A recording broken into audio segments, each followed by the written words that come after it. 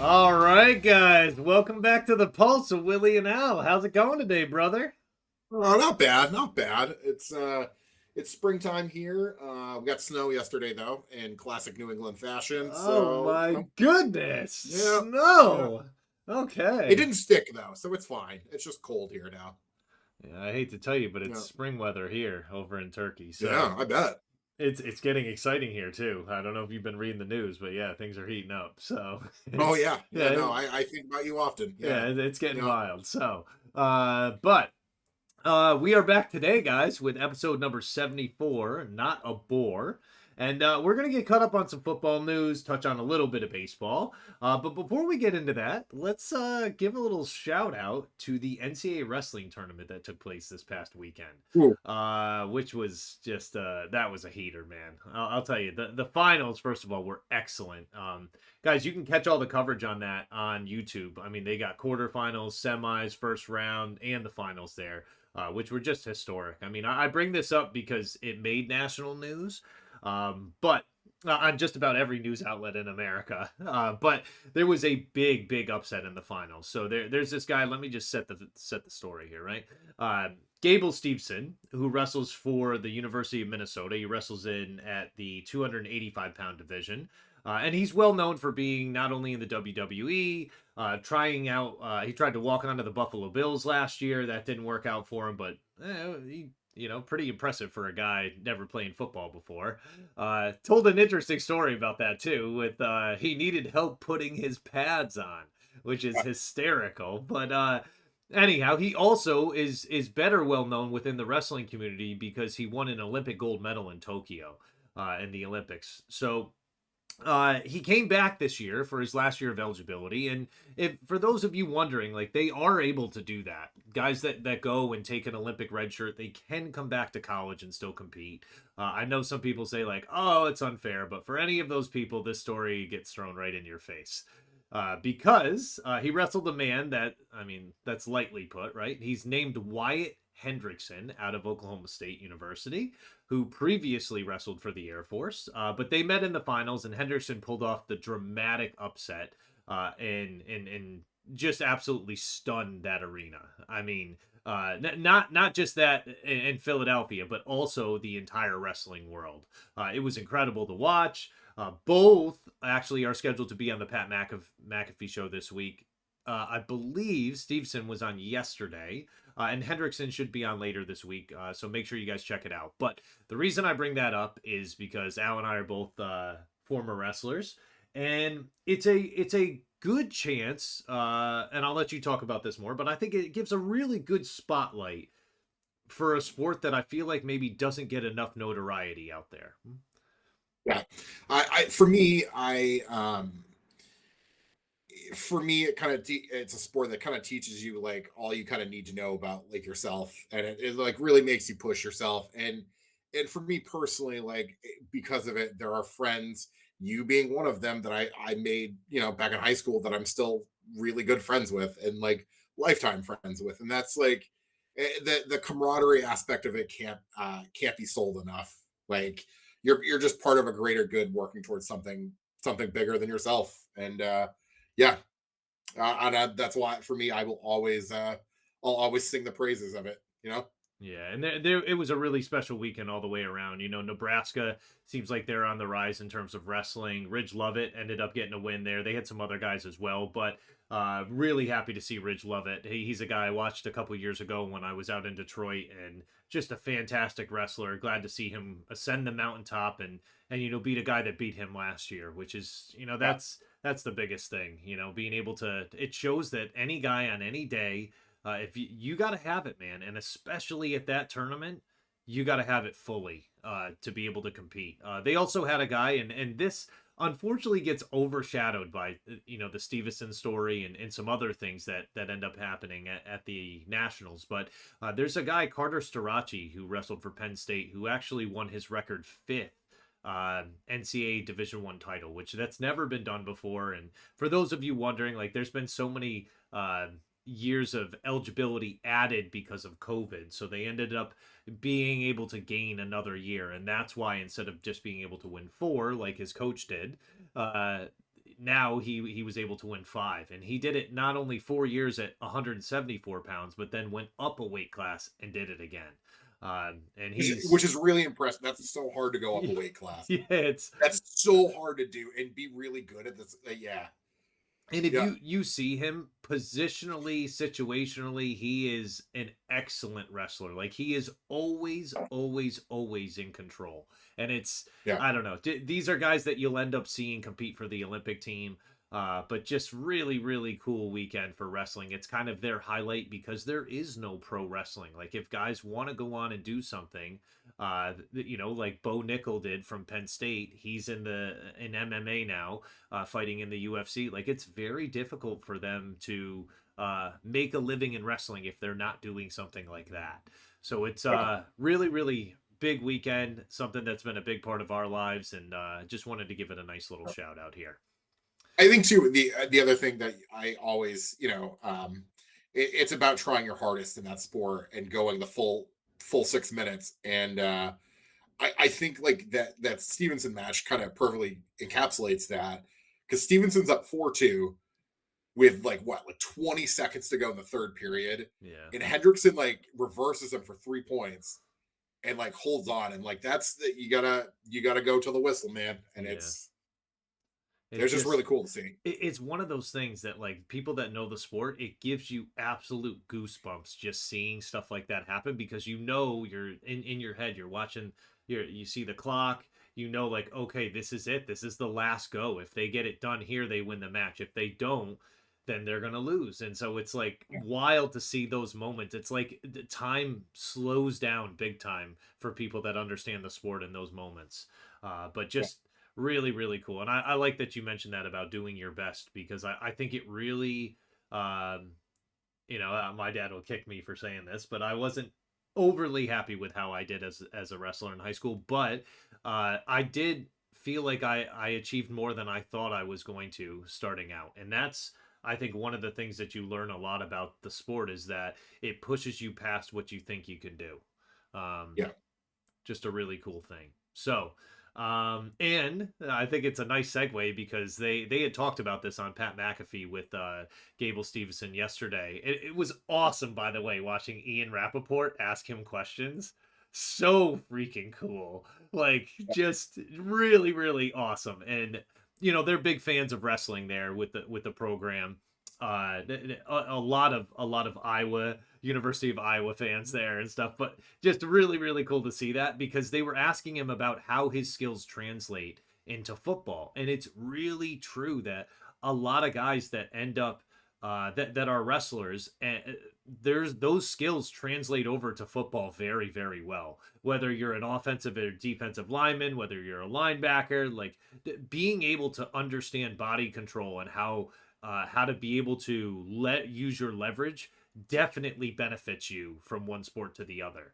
And it's just a really cool thing to be able to grow up seeing stuff like that. So, all right, man. Let's segue into the NFL. There's no huge news, but I gotta get your thought on some of this stuff. Jameis Winston signing with the Giants. Now, if you didn't have on your bingo card Jameis Winston throwing 60 touchdowns this year, 35 of which to Malik Neighbors, and throwing 50 picks, I don't know what you're doing, but I mean, might to be honest with you, like this is kind of an upgrade, like for the Giants. Like he was signed with the intention of being a backup, but I don't know. He always figures it out, dude. He does. Yeah, he always manages to play, and the Giants still, I think, in need of a quarterback. Mm-hmm. They picked third in this year's draft, I think. So like, Maybe they get Shador Sanders. It really just depends. But I kind of like the pickup for him. He's gonna have a good receiver to throw to, Yeah. and yeah, Uh, I dig it. I really do Two too. years, $8 million, like Plus, that's a steal.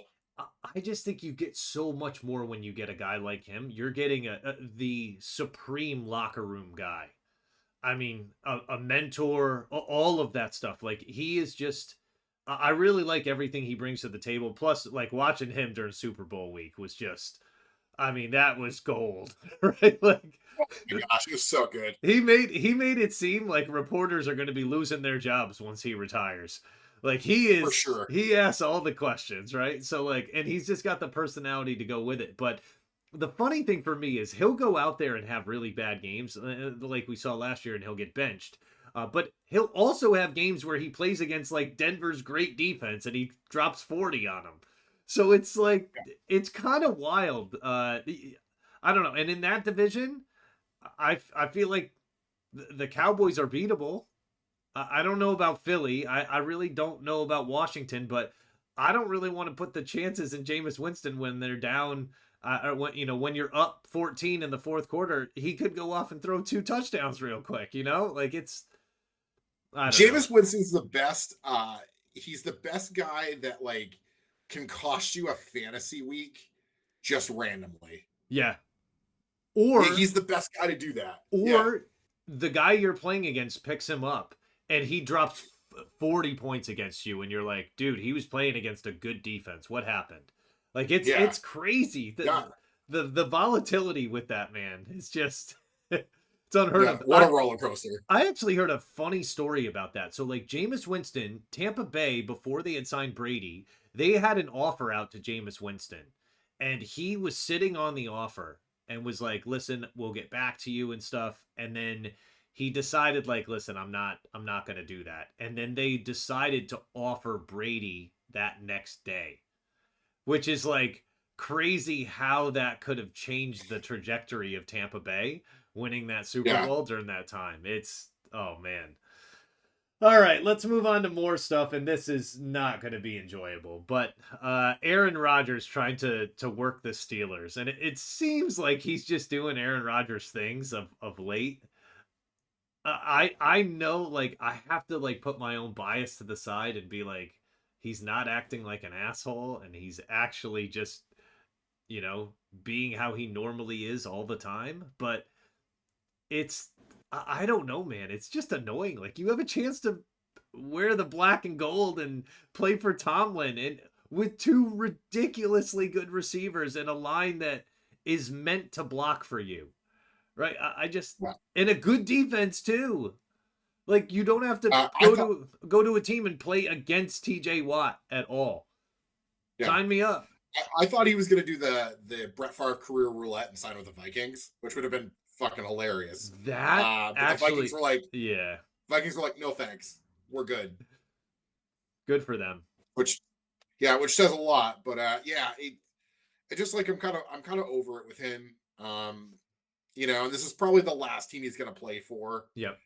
Uh, yeah, and I think it's funny too. Well, not funny, but like Aaron Rodgers not signing is holding up Russell Wilson because like it feels like wherever Aaron Rodgers goes, like Russell Wilson like is gonna do the opposite of that. Like I would imagine that like if if Aaron Rodgers goes to the Steelers, like Russell Wilson, I'll bet any amount of money probably goes to the Giants. Like I don't know if they do that now with Jameis there, right? If they're going to get Shador Sanders, maybe Russell Wilson doesn't get signed before the draft. Maybe Aaron well Rodgers doesn't get signed before the draft. the problem is the Giants pick third. And if the Giants pick second, like maybe that's different. But like personally between you and I think Shador is gonna go to Cleveland. So like Ah, yeah. Yeah. that could really hurt them. Hurt the Giants bad. Um, yeah, and they're going to have to spend a lot of draft picks to move up. And Joe Shane Yeah. is and Brian Dable are kind of like in a win now type situation, which I'm not sure that team's built to win now. but They are not. No. um but okay. I just think Honestly, Aaron Rodgers' best chance is going to be with the Steelers, in my opinion. yeah. Honestly, it makes me excited because, like, as a Pats fan, I just need either Cleveland, because it seems like Cam Ward's going to go one to Tennessee. Yep. And then so I just need either Cleveland or the Giants to take Shador. And then that means we at 4, either Abdul Carter or Travis Hunter are going to be waiting for us. And like, Yeah. that's a win. That's a win either way. I'll take it. So See, like I could just imagine Cleveland not doing that, and then they decide like, oh, Kenny Pickett's our guy, right? They traded for Kenny Pickett, right? they Yeah. sure did. Yeah. Yeah. So I don't know. Weirder things Yeah. have happened, man. I could see Yeah. them being like, oh, we're gonna take Carter and then pair him, or we'll take Travis Hunter and play him on both sides of the ball. And I don't know. I don't know, man. Because I do think, like I said, I think Cleveland's going to take Shador, but like, I think either Cleveland, like, I think he goes 2 or 3, Shador. Yeah. And then again, that means that, like, somebody either named Travis Hunter or Abdul Carter will be waiting for us at 4. Which is crazy, because how much do you want to bet this is the year that Dion says, like, no, like, I'm sorry, Cleveland, that you drafted him. He's not coming to play for you.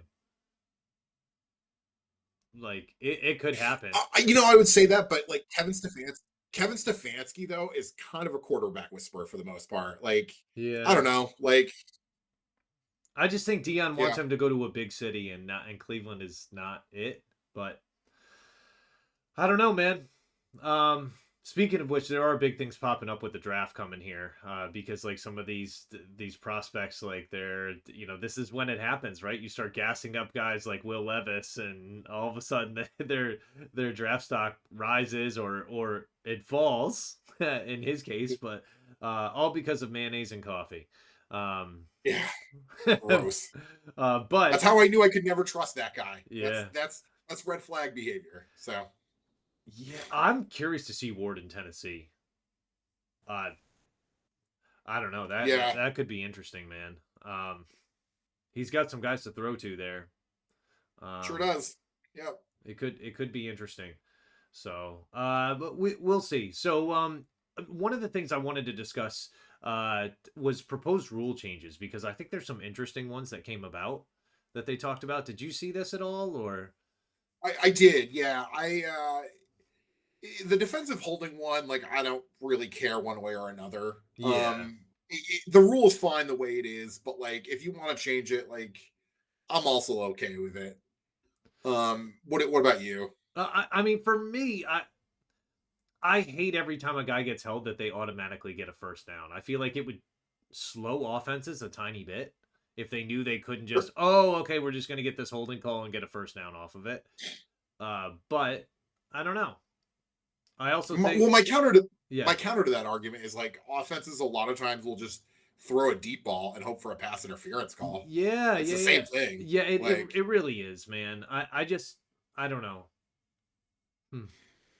I'd like to see on those deep balls, like those, excuse me, the Hail Marys or anything like those deep balls where they're trying to get those. I wish the refs would let them play a little bit more instead of just being like, hey, okay, we're gonna flag this, right? I mean, some of them are blatant, right? You can't grab a guy by his shoulder pads and throw him down.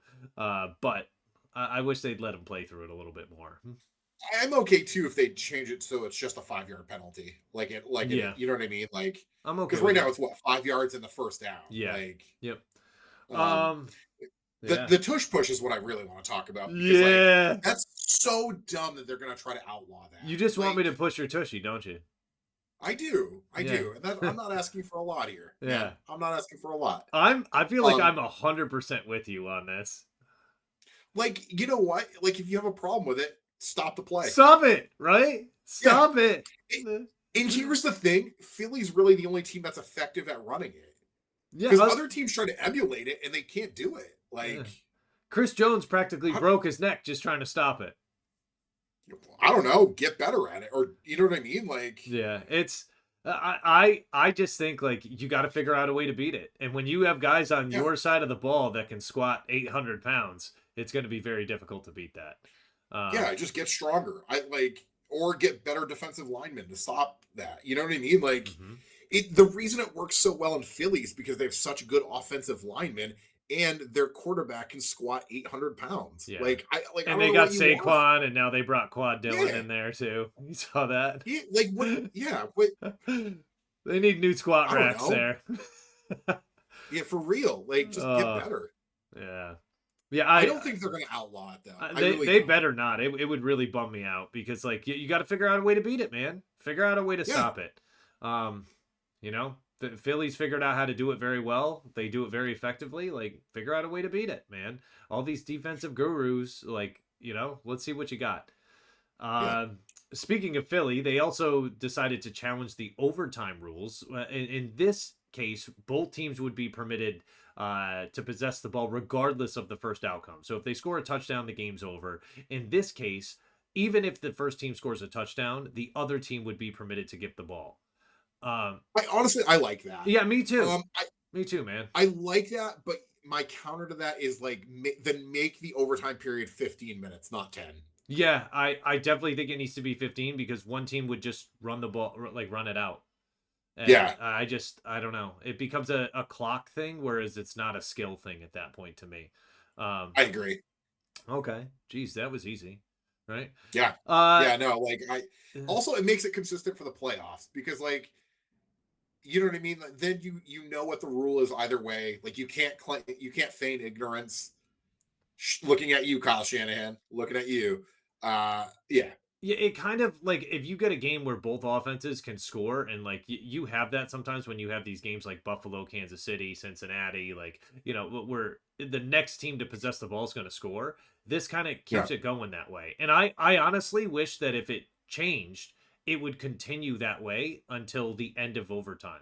Meaning, like, okay, so it's 15 minutes, and they both that's the same thing, right? Like they both score a touchdown, and then the next time the first team that scores a touchdown, the other team should get another possession as well. I think it should keep going that way until one No, of them stops. no, I no. See that this is where you and I think this is where I'm going to push back just a smidge. Like But it's I playoffs. oh for the playoffs. Like I don't know, man. Like and for the playoffs, I'll counter with I'm okay if they play the full 15 minutes in overtime Okay. in the playoffs. Like really just really settle it.